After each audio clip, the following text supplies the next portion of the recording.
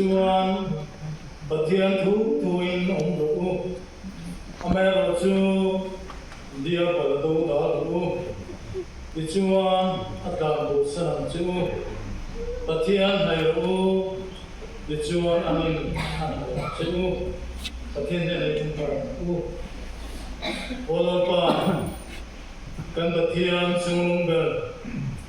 isuan na le punya dong tak mai ko fan hoten kan sanga zanina sa ram kin than ko fan ko palai ko tene rom bon hon thata mai le te turin lang in isuan yung puya kan lo le yam lo thu kan lo se itu zong kan tia itan kan impe ka se tan kan do dale thu kan lo se thine turin ko fan hote nangin min suala chak namin pese nang che kanin khom te kita kan hana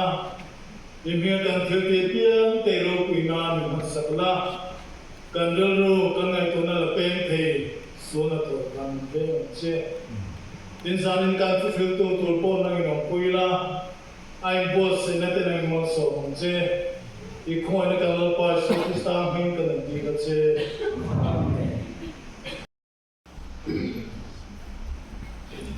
Pathian thu ngai khai la zo na bung li chang son ni pali zo na bung li chang son ni pali Pathian su kharaw ne ya a chi vai bu tu ten kharaw le ti ta zakin chi vai an bu tu ra ni mun Pathian thu mun dang mi zakopa bung li chang son le pasai tu hi mai khai ila tu bo thil tha ti tu sia ti si lo chu atan suala ni tu bo thil tha ti tu sia ti si lo chu atan suala ni atu gan sia kan sa ta na tam man so sa ro se tu ta tu lapa min ma tu sai rang din thar ko than pa balai ko te le bungkang ve sam ko than pa balai ko te rong bo na nei turin kun rei ta katangin ruang manate tang lo siam lo ka lawa roman lo ba chu shu mang chan ni ya le chan ne ro nang ma bu kan bi ya ni ya tang roman lo ba te san na patina lo pin na mel ning hutira lawa in ko lo me bun bul chan te shu na lo puina kan sam sung sung a kan lo ma ni na lo thu kan so ya ni ni lawa kan patia sai rang ni thar lam te po nangin kong cloning har san le boin om lo bin helai hun iro shoi khena kan lo mai ne na lo thu kan sei bok ani kanun man chu min thara bin no puila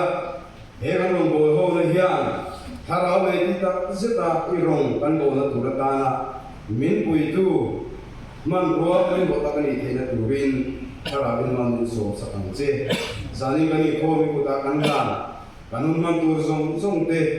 nang min ong puya min ka shoi turing la iro kuina ni tina turing ale so kristan min ne na am di ga che amen Pastor te kausan pa kausan demi te di sarang di thar kausan doa to ni in ke ba ni ke u report siang ba kan mai an sia tir ka ha an ni la sai kan sia với là bạn cái này thao amar của tàu sân